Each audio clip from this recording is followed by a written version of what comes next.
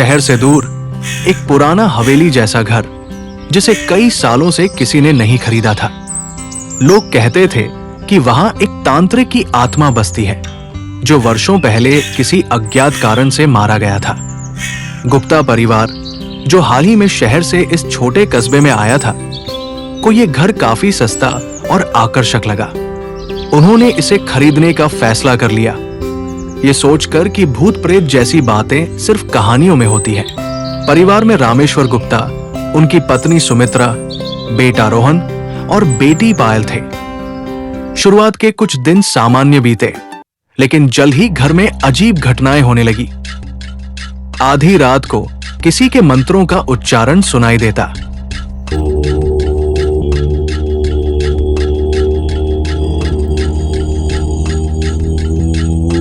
घर के कोनों में अचानक ठंडी हवा चलती।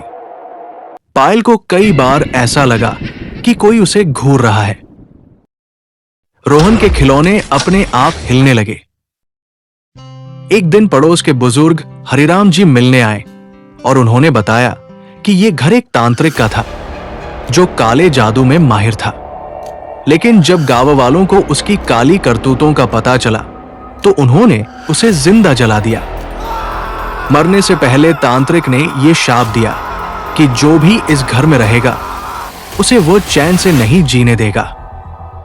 एक रात जब सुमित्रा रसोई में थी, तो अचानक सारी चीजें अपने आप गिरने लगी। रोहन और पायल की चीखें गूंज उठीं। जब रामेश्वर उनके पास भागे, तो उन्होंने देखा कि दीवारों पर खून से लिखा था, "ये मेरा घर है।" अब ये परिवार पूरी तरह डर चुका था। उन्होंने फैसला किया कि इस समस्या का हल निकालना होगा।